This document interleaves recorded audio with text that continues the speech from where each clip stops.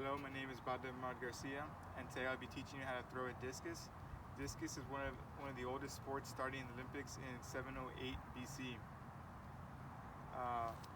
I've been throwing discus competitively for 5 years, going on 6, and this will be my second year throwing varsity discus.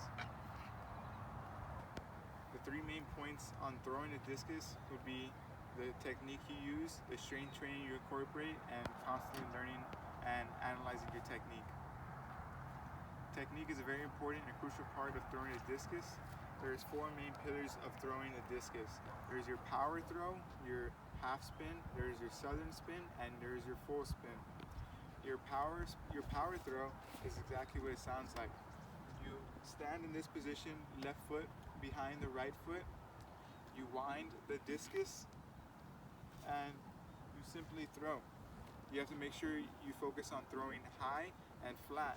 You can adjust how flat you throw by applying more pressure to the pinky and applying more pressure to your thumb and raising your pinky, or vice versa, applying more pressure to your pinky and raising your thumb.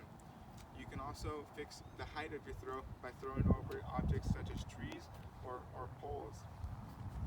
After you've finished working on your power spin, you need to work on your half spin. Your half spin removes some of the power that you have in your power spin, but it gives you some more momentum behind your discus. You're going to start in position similar to your power, but almost in reverse. Still, your left foot will be behind your right, and you're always going to be on your toes.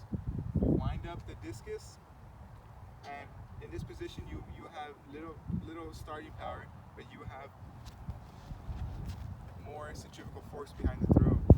So you'll be able to throw farther, but not as far as with a southern or a full spin. After you've completed the half spin, you will work on your southern. This time you set up with your left foot forward on your toe.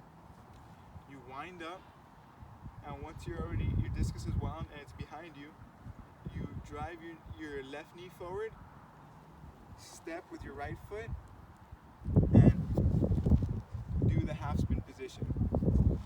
This one will give you a lot of centrifugal force and a lot of power behind your discus, your throw. This one will even give you times better throws than your full spin. However, it's not legal in competition. It is very good to throw and practice with. After you've fully completed your southern spin, you will move on to the full spin. And I do not have currently a ring here present. In a competition and practice setting, you typically will. However, when you're completing the full spin, you will stand backwards, pretend as if I'm standing backwards, feet shoulder width apart, and same scenario. Wind up your discus, and your left arm will always have to be up, and so as with your right arm. You will spin on your right foot, and spin into your half position. After you spin your half position, spin into your power position, and once you get to this position, you have the most centrifugal force behind your throw, and you will release. Strength training is another very important concept to implement into your discus throwing. You need to incorporate pushing and pulling movements in your strength training.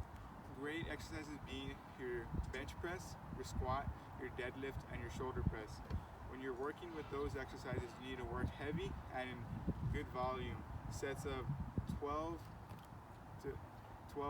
to 16 reps, and keep the sets low. Keep them at 3 to 4 sets, and at good weight. You need to be strong for this sport. These pushing and pulling movements use to incorporate the same muscles you would in the discus, being your chest, shoulders, hamstrings, and your hips. And it is also good to work accessory movements such as bicep curls and hip exercises. However, you need to incorporate most of your energy into compound movements and pulling movements.